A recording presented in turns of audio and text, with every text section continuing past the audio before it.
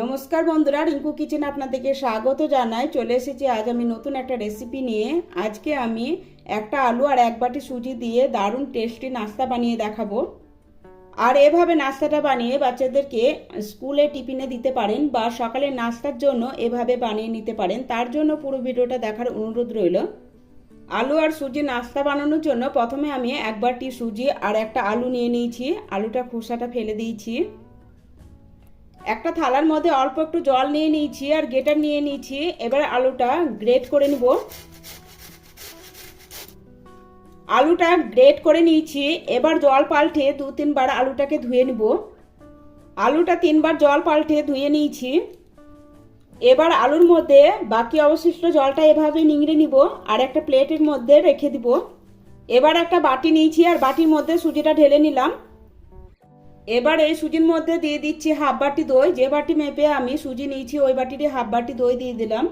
ঝালের জন্য ছোট চামচের হাফ চামচ লাল লঙ্কার গুঁড়ো, ছোট চামচের হাফ চামচ চাট মশলার গুঁড়ো, হাফ চামচ ধনে গুঁড়ো, অল্প একটু আমচুর পাউডার, অল্প একটু হলুদ গুঁড়ো আর দিয়ে দেব স্বাদ অনুসারে লবণ। এবার সুজির সাথে সমস্ত উপকরণগুলো ভালোভাবে মিশিয়ে নিব। সুজির সাথে সমস্ত উপকরণগুলো ভালোভাবে মিশিয়ে নিয়েছি। এবার অল্প অল্প জল দিয়ে ব্যাটারটা তৈরি করে নেব। অল্প অল্প জল দিয়ে ব্যাটারটা তৈরি করে নিয়েছি। ব্যাটারটা দেখুন খুব একটা পাতলাও হবে না আবার খুব একটা গাঢ়ও হবে না। এবার আমি ঢেকে 10 মিনিটের জন্য রেখে দিব। 10 মিনিট পর ব্যাটারটা দেখুন আগের থেকে অনেকটা গাঢ় হয়ে গেছে। তবে এই নাস্তাটা টেস্টি হয় তার জন্য আমি একটা তারকা বানিয়ে নিব। তারকার জন্য হাতার মধ্যে দিয়ে দিচ্ছি 1 চামচ মতো তেল। তেলটা গরম হলে দিয়ে দিব হাফ চামচ রাই আর হাফ চামচ মতো জিরে। রাই আর জিরেটা একটু ভেজে নিব।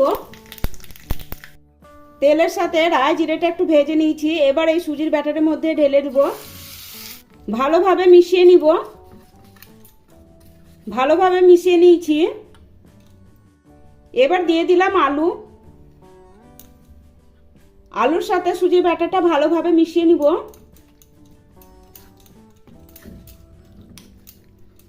আলুর সাথে সুজির ব্যাটারটা ভালোভাবে মিশিয়ে নিয়েছি। এবার নাস্তাগুলো ভাজার জন্য গ্যাসের উপর একটা তাওয়া বসিয়ে দিয়েছি। তাওয়াটা গরম হয়ে গেছে। এবার দিয়ে দিচ্ছি 1 চামচ মতো তেল। ছোট চামচের 1 চামচ তেল দিয়েছি। এবার এই তেলটা তাওয়ার মধ্যে ভালোভাবে ছড়িয়ে দিব। তেলটা ভালোভাবে গরম হয়ে গেছে। এবার আগে থেকে যে ব্যাটারটা তৈরি করে রেখেছিলাম অল্প অল্প করে চামচের সাহায্যে তার মধ্যে দিয়ে দিচ্ছি। নাস্তাগুলো আমি প্যানকেকের মতো করে বানিয়ে নিচ্ছি। একবারে ভাজবো না, দুবারে ভেজে নিব। এবার গ্যাসের ফ্লেমটা মিডিয়ামে করে ঢেকে এভাবেই 2 মিনিট রান্না করে নিব। 2 মিনিট পর থালাটা তুলে নিলাম। এবার নাস্তাগুলো এক পিঠ ভাজা হয়ে গেছে, আর এক পিঠ ভাজার জন্য পাল্টে দিব। হেলদি নাস্তা এভাবে বানিয়ে বাচ্চাদের স্কুলে টিফিনের জন্য দিতে পারেন বা সকালে নাস্তার জন্য এভাবে নাস্তাটা বানিয়েও খেতে পারেন। এই নাস্তাটা অল্প তেলেই বানিয়ে নেওয়া যায় আর খেতে দারুণ টেস্টি হয়। এবার নাস্তাগুলো একটা প্লেটে তুলে নিচ্ছি আর একইভাবে সমস্ত নাস্তাগুলো ভেজে তারপর আমি আপনাদের দেখাবো। একইভাবে সমস্ত নাস্তাগুলো ভেজে নিয়েছি। এই নাস্তাগুলো টমেটো কেচাপের সাথে সার্ভ করে দেব। টমেটো কেচাপের সাথে নাস্তাগুলো সার্ভ করে দিয়েছি।